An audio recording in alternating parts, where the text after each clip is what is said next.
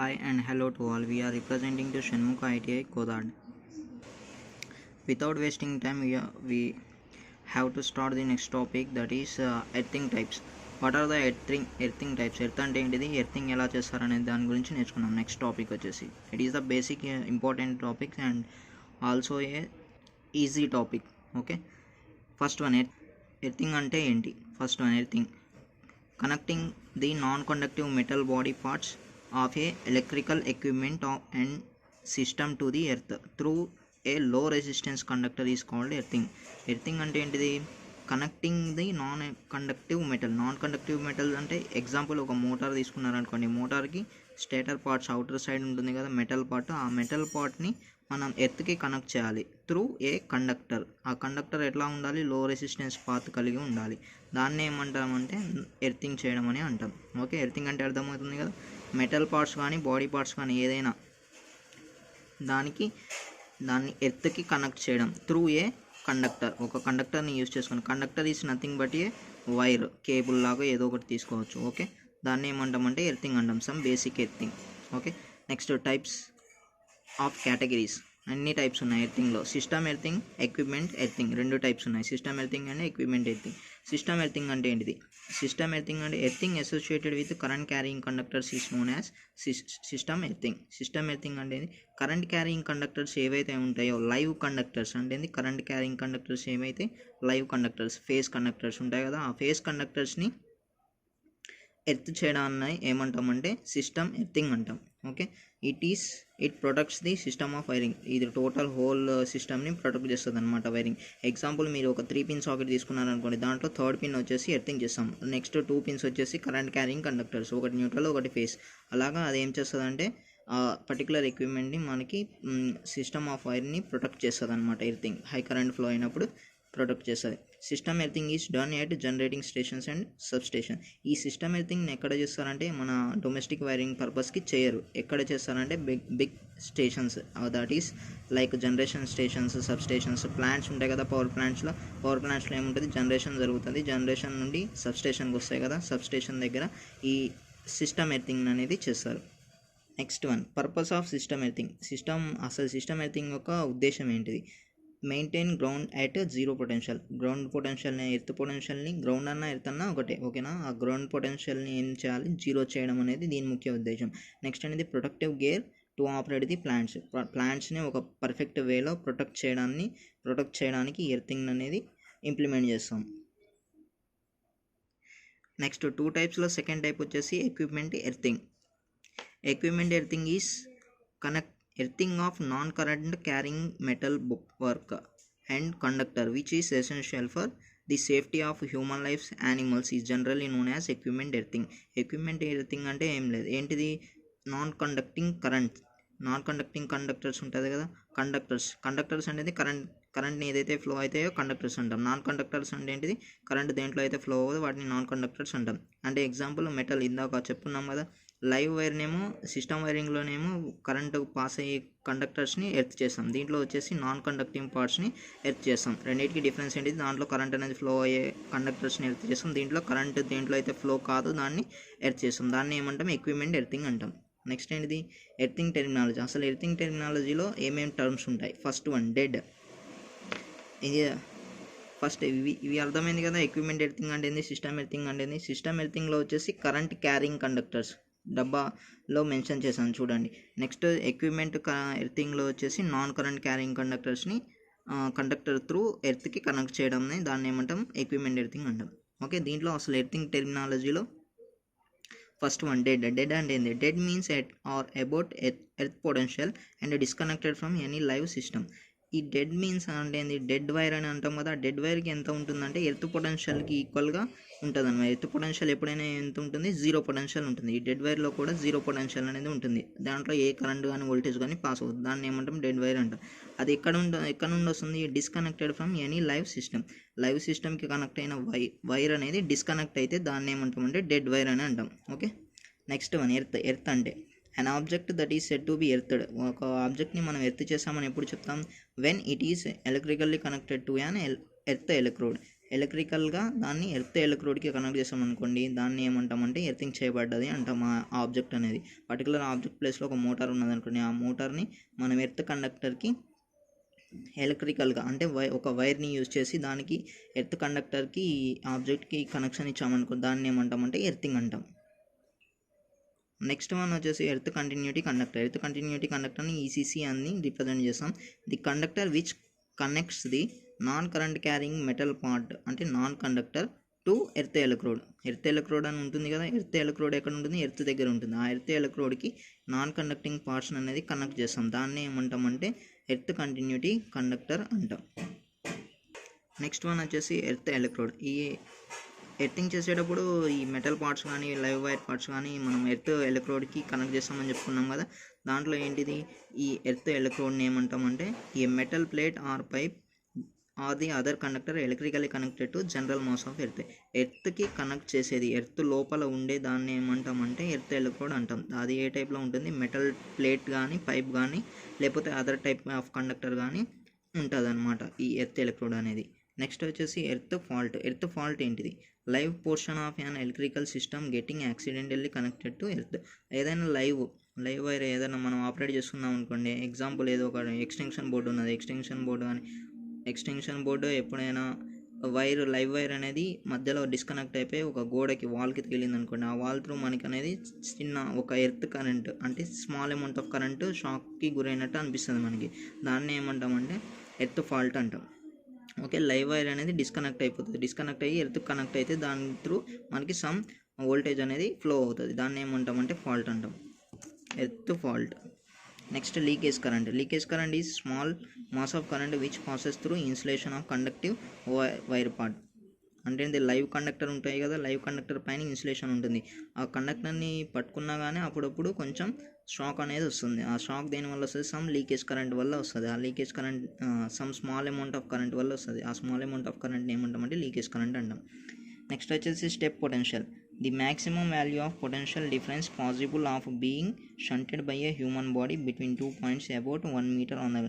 ఇప్పుడు ఒక 2 పర్సన్స్ ఉన్నారనుకోండి, 2 పర్సన్స్ మధ్యలో ఉండే potential difference 1 metre, example 1 metre డిఫరెన్స్లో వేరు చేయబడ్డారు ఆ పొటెన్షియల్. ఎప్పుడైనా ఎర్త్ అనేది ఎర్తింగ్ వస్తున్నది అనుకోండి, ఎర్త్ లీకేజ్ కరెంట్ ఫ్లో అవుతుంది అనుకోండి, అప్పుడు ఏమవుతుంది, ఈ పర్సన్కి ఆ పర్సన్కి మధ్య పొటెన్షియల్ డిఫరెన్స్ ఉన్నది. అది పొటెన్షియల్ డిఫరెన్స్ ఎంతైతే మ్యాక్సిమం ఉంటుందో దాన్ని ఏమంటామంటే స్టెప్ పొటెన్షియల్ అని అంటాం. నెక్స్ట్ వన్ ఎర్తింగ్ టెక్నాలజీలో లాస్ట్ పాయింట్ వచ్చేసి టచ్ పొటెన్షియల్. టచ్ పొటెన్షియల్ అంటే ఏంటిది, the maximum value of potential difference between A point on the ground and A point touched by A person. అంటే ఏంది, ఆ పాయింట్ ఒక పర్టికులర్గా నియర్గా ఎర్త్ దగ్గర ఉన్నప్పుడు సమ్ జీరో పొటెన్షియల్ ఉంటుంది. కొంచెం పైకి వెళ్తున్న కొద్దీ చూడండి 0 milli amps, 1 milli amps, 50 milli amps, 1000 milli amps అని రిప్రజెంట్ చేస్తాం. సమ్ పర్టికులర్ పాయింట్స్ అనమాట ఎర్తింగ్ పాయింట్స్ దగ్గర. ఈ ఎర్తింగ్ పాయింట్స్ దగ్గర పొటెన్షియల్ డిఫరెన్స్ అనేది ఎక్కడైతే ఒక పర్సన్ అనేవాడు టచ్ చేస్తాడో, ఆ టచ్ చేసినప్పుడు షాక్ తగులుతుందో అంటే ఎర్త్ అనేది పాస్ అవుతుందో ఆ పొటెన్షియల్ని ఏమంటామంటే టచ్ పొటెన్షియల్ అని అంటాం. ఓకే, ఎగ్జాంపుల్ వచ్చేసి ఈ 50 మిల్లీ యాంప్స్ దగ్గర పర్సన్ అనేవాడు షాక్కు గురయ్యాడు అనుకోండి, అక్కడ ఉన్న పొటెన్షియల్ని ఏమంటామంటే టచ్ పొటెన్షియల్ అని అంటాం. ఓకే, ఇప్పుడు దాకా మనం ఏం చూసామంటే ఎర్తింగ్ టెక్నాలజీ అనేది చూసాం. ఇప్పుడు వచ్చేసి అసలు రీజన్స్ ఫర్ ఎర్తింగ్, అసలు ఎందుకు ఎర్తింగ్ అనేది చేయాలనేది తెలుసుకుందాం. First one, to prevent the risk of shock to human beings and life stock. ఏదైనా జీవించి ఉన్న లివింగ్ యానిమల్స్ కానీ హ్యూమన్స్ కానీ వాళ్ళని ప్రొటెక్ట్ చేయడానికి ఎర్తింగ్ అనేది చేస్తాం. టు ప్రొవైడ్ ఏ పాత్ లో resistance for earth leakage current. Earth leakage currents అనేవి సమ్ ఫ్లో అవుతూ ఉంటాయి కదా, అప్పుడప్పుడు ఆ లీకేజ్ కరెంట్స్ని గ్రౌండ్కి పంపించడానికి సమ్ రెసిస్టెన్స్ పాత్ అనేది ఉండాలి. ఆ రెసిస్టెన్స్ పాత్ని ప్రొవైడ్ చేయడానికి ఎర్తింగ్ అనేది చేస్తాం. Okay, to prevent current flow through body when fault occur. ఎప్పుడైనా ఫాల్ట్ వచ్చిందనుకోండి, ఆ ఫాల్ట్ కరెంట్ అనేది డైరెక్ట్గా భూమిలోకి వెళ్ళిపోవాలి, అంటే ఎర్త్లోకి వెళ్ళిపోవాలి. ఓకే, అప్పుడు ఏం చేస్తాం, మనం ఒక కండక్టర్ని పెట్టేసి బాడీకి ఎర్త్కి షార్ట్ చేసేస్తాం. దాన్ని ఏమంటాం ఎర్తింగ్ అంటాం. నెక్స్ట్ అనేది మ్యాక్సిమం హ్యూమన్ బాడీ బేస్ ఏ 5 మిల్లీ యాంప్స్ టెంపరేచర్ని 5 మిల్లీ యాంప్స్ కరెంట్ని వరకు బేర్ చేయగలుగుతుంది హ్యూమన్ బాడీ. అంతకంటే ఎక్కువ మిల్లీ యాంప్స్ కరెంట్ అనేది ఫ్లో అయిందనుకో బాడీ షాక్కి గురవుతుంది. నెక్స్ట్ వన్ స్కిన్ కండిషన్ అనేది ఎలా ఉంటుంది, రెసిస్టివ్ వాల్యూ అనేది ఎంత వరకు ఉంటే స్కిన్ కండిషన్ అనేది ఎలా ఉంటుందని తెలుసుకుందాం. ఫస్ట్ డ్రై స్కిన్ వచ్చేసి 1 lakh to 6 lakh ఓమ్స్ ఉన్నప్పుడు డ్రై స్కిన్ ఉంటుంది. నెక్స్ట్ వెట్ స్కిన్ ఎప్పుడు ఫామ్ అవుతుంది అంటే 1000 ohms. Internal body and hand వీటికి మధ్యలో 400 to 600 ఓమ్స్ రెసిస్టెన్స్ ఉన్నదనుకోండి టు ఫోర్ట్, అంటే కాళ్ళ వారికి పైన చేయి నుండి కాళ్ళ వారికి 600 ఓమ్స్ రెసిస్టెన్స్ పాత్ ఉంటే అప్పుడు ఏమవుతుంది, ఇంటర్నల్ బాడీ రెసిస్టెన్స్ పవర్ అనేది తగ్గుతుంది. నెక్స్ట్ ఇయర్ టు ఇయర్ ఎంత, జస్ట్ 1000 ఓమ్స్ రెసిస్టెన్సే ఉంటుంది, అంటే త్వరగా షాక్ తగిలే అవకాశాలు ఉంటాయన్నమాట. Okay, next one when body of operators when it is not earthed. ఒకవేళ మెటల్ బాడీ అనేది ఎర్త్ చేయకపోతే అసలు ఏమవుతుంది అనేది తెలుసుకుందాం. ఫస్ట్ ఇక్కడ ఒక డయాగ్రామ్ చేస్తాను చూడండి. 240 వోల్ట్ సప్లై వస్తున్నది, ఒక ఫ్యూజ్ ఉన్నది 5 amps ఫ్యూజ్. నెక్స్ట్ ఒక మెటల్ బాడీ ఉన్నది. ఆ మెటల్ బాడీని మ్యాన్ అనేవాడు టచ్ చేస్తాడు, ఒక పర్సన్ టచ్ చేస్తాడు అనుకోండి. అతను పర్సన్ రెసిస్టెన్స్ ఎంత, 1000 ఓమ్స్ అనుకోండి. Okay, example a person of body resistance 1000 ohms ఉన్నది. అతని రెసిస్టెన్స్ వోల్టేజ్ 240 volts ఫ్లో అవుతుంది. అప్పుడు ఏమవుతుంది, లీకేజ్ కరెంట్. ఎస్టర్డే క్లాస్లో లీకేజ్ కరెంట్ ఫార్ములా తెలుసుకున్నాం. వోల్టేజ్ పర్ ఆర్ అంటే ఏంది, ఆర్ ఇతని యొక్క రెసిస్టెన్స్ పాత్. రెసిస్టెన్స్ ఎంత 1000, వోల్టేజ్ 240 చేసి ఎంత వస్తుంది 0.24. దాన్ని ఎట్లా రాసాం, 240 milliamps అంటే 240 milliamps అంటే జస్ట్ హ్యూమన్ బాడీ బేస్ ఎంత 5 milliamps టెంపరేచర్ యాంప్స్ కరెంట్ని బేర్ చేయగలుగుతాడు. ఇక్కడ వచ్చేసి ఎంత వచ్చింది 240. కాబట్టి ఏం చేస్తాం, most dangerous, easily gets shocked, చనిపోయే ప్రమాదం కూడా ఉంటుంది. ఓకే, అలా కాకుండా ఒకవేళ ఎర్త్ చేసినట్లయితే metal body of machine when earthed. ఇక్కడ చూడండి మెటల్ బాడీ సేమ్ ఫిగర్, కాకపోతే ఈ మెటల్ బాడీ ఇక్కడ ఎర్త్ చేయబడ్డది, గ్రీన్ కలర్లో ఎర్త్ చేయబడ్డది చూడండి. ఎర్త్ ఇక్కడ చూడండి లాస్ట్ దాంట్లో ఇక్కడ గ్రీన్ కలర్లో ఎర్త్ చేయబడలే, డైరెక్ట్ మెటల్ బాడీ అనేది ఎర్త్ చేయబడలే.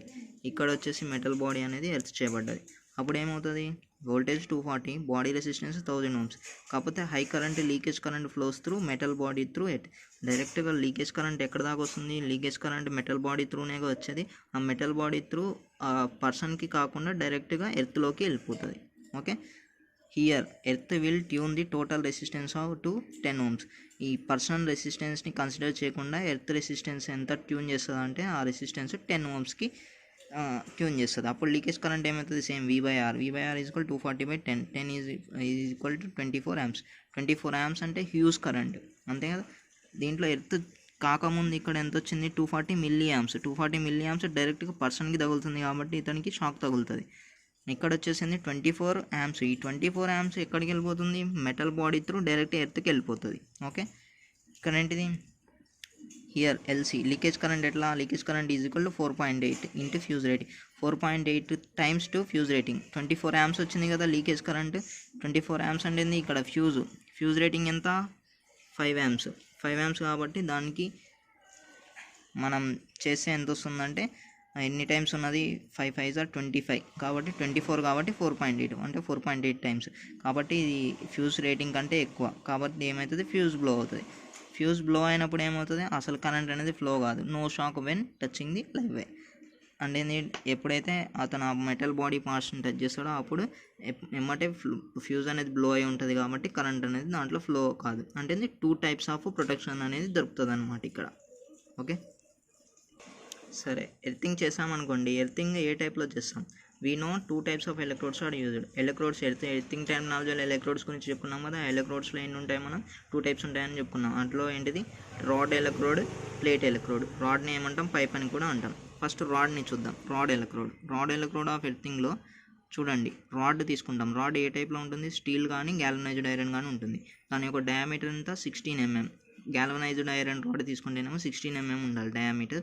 నెక్స్ట్ ఎంత, కాపర్ వచ్చేసి ఎంత ఉండాలి, 12.5 mm ఉంటే సరిపోతుంది. పైపు తీసుకున్నారనుకో, అది రాడ్కి. ఇది వచ్చేసి పైపుకి రాడ్కి తేడా ఏంది, పైప్ అనేది లోపల అనేది డయామీటర్ అనేది లోపల హాలో పార్ట్ ఉంటుంది. రాడ్కి వచ్చేసి టోటల్ సాలిడ్ పార్ట్ అనేది ఉంటుంది. దీంట్లో pipe 38 mm internal diameter. Galvanised iron అయితే 38 mm ఉండాలి డయామీటర్. 100 mm దేనికి ఉండాలి, క్యాస్ట్ ఐరన్ తీసుకుంటే 100 mm అనేది ఉండాలి ఇంటర్నల్ డయామీటర్.